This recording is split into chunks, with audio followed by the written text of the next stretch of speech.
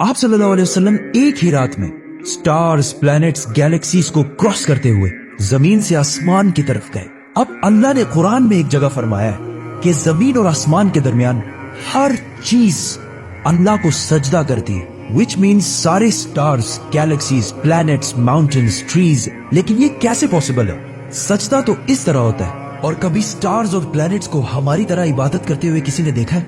लेकिन अल्लाह ने कुरान में बार बार कहा है कि ये सारी चीजें अल्लाह की इबादत करती हैं। तो यूनिवर्स के इन सारी चीजों में कोई ना कोई बात कॉमन, एक जैसी जरूर होगी। आज से बहुत साल पहले पूरी दुनिया का ये ख्याल था कि जमीन, अर्थ ही दुनिया का सेंटर है और जमीन तो साकिन है बेटा, जमीन रोटेट करती ही नहीं है, जमीन गर्दिश नहीं करती। लेकिन आज से 400 साल पहले गैलीलियो, जो एक इटालियन साइंटिस्ट थे, उसने दो लेंसेज को अलाइन करके रखा तो उसे पता चला कि ऐसे करने से दूर की चीजों को करीब से देखा जा सकता है। छोटे लेवल पर टेलीस्कोप्स दुनिया में पहले भी मौजूद थे, लेकिन इन्हें सिर्फ फौजी और समुद्री सफरों में यूज किया जाता था। लेकिन गैलीलियो ने इसी टेलीस्कोप को इम्प्रूव करके इंसानों की तारीख में पहली दफा इसका रुख आसमान की तरफ किया, जिससे उसने दुनिया से पहली बार सूरज और चांद को बिल्कुल करीब से देखा। और गैलीलियो ने इन सारों की मूवमेंट को ऑब्जर्व करना शुरू किया।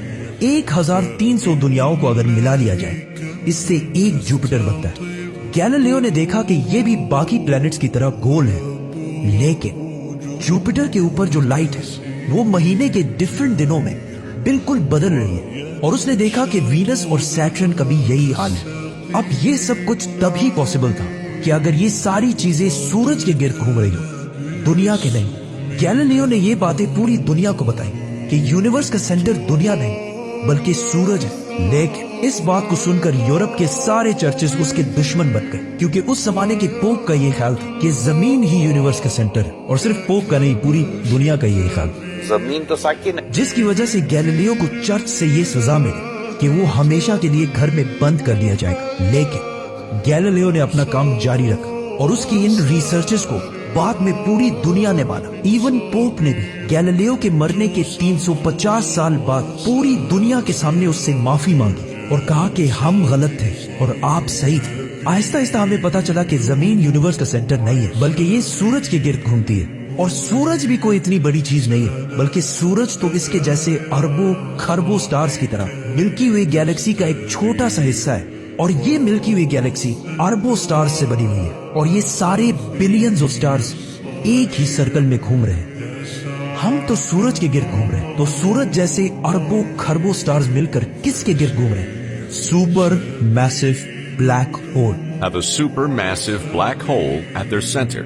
इस ब्लैक होल ने, जो हमारे सूरज से 40 लाख टाइम्स बड़ा है, ने पूरी गैलेक्सी को एक गोल सर्कल में रखा हुआ है। जिस तरह हमारे सूरज ने जमीन, जुपिटर, मार्स, इन सारे प्लैनेट्स को एक सर्कल में रखा हुआ है। लेकिन ये गैलेक्सी भी कोई इतनी बड़ी चीज नहीं है, बल्कि ये लाखों और गैलेक्सीज को मिलाकर एक छोटे से क्लस्टर का एक छोटा सा हिस्सा है। ये लाखों गैलेक्सीज मिलकर एक क्लस्टर बनाते हैं और ये क्लस्टर भी कोई इतनी बड़ी चीज नहीं है, बल्कि इस जैसे लाखों क्लस्टर्स मिलाकर एक सुपर क्लस्टर बनता है। और ऐसे हजारों सुपर क्लस्टर्स और भी मौजूद है। अब आपने ये नोट किया कि इन सारे स्टार्स, गैलेक्सीज, प्लैनेट्स में एक चीज कॉमन है कि इस पूरे यूनिवर्स में हर चीज किसी न किसी दूसरे ऑब्जेक्ट के गिर्द घूम रही है। और जब रसूलुल्लाह सल्लल्लाहु अलैहि वसल्लम भी आसमानों की तरफ गए तो उन्होंने बैतुल मामूर में फरिश्तों को नमाज पढ़ते हुए नहीं देखा, वो भी किसी चीज के गिर्द घूम रहे थे। लेकिन घूमने का इबादत से क्या ताल्लुक है? अल्लाह ने तो कहा है कि ये सारी चीजें इबादत करती हैं। आपको पता है अल्लाह ने ये बात किस सूरत में कही है? सूरह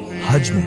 हज में मुसलमान पूरी दुनिया से इस्लाम की सबसे मुकद्दस और होली जगह काबा के पास जाते हैं और बार बार इसके गिर्द घूमते हैं। अब इस सर्कल करने का मतलब क्या है? जब मुसलमान काबा के गिर्द घूमता है तो वो उस वक्त अकेला नहीं घूम रहा होता, बल्कि चांद, प्लैनेट, स्टार्स, गैलेक्सीज, क्लस्टर्स सारों के साथ एक ही इबादत में शामिल हो जाते हैं। तो ये सारी चीजें हमारी तरह इबादत नहीं करते, बल्कि हम मक्का जाकर इनकी तरह इबादत करते हैं। लेकिन इस आयत में तो लिखा है कि ये सारी चीजें अल्लाह को सजदा करती है। सजदा का मतलब सिर्फ हमारे वाला सजदा नहीं है, बल्कि अल्लाह के निजाम के मुताबिक चलने को भी सजदा कह सकते हैं। लेकिन अल्लाह ने इस आयत में सिर्फ स्टार्स, गैलेक्सीज और प्लैनेट्स का नहीं कहा, बल्कि हर चीज, पहाड़, दरख्त, जानवर, सब का कहा है।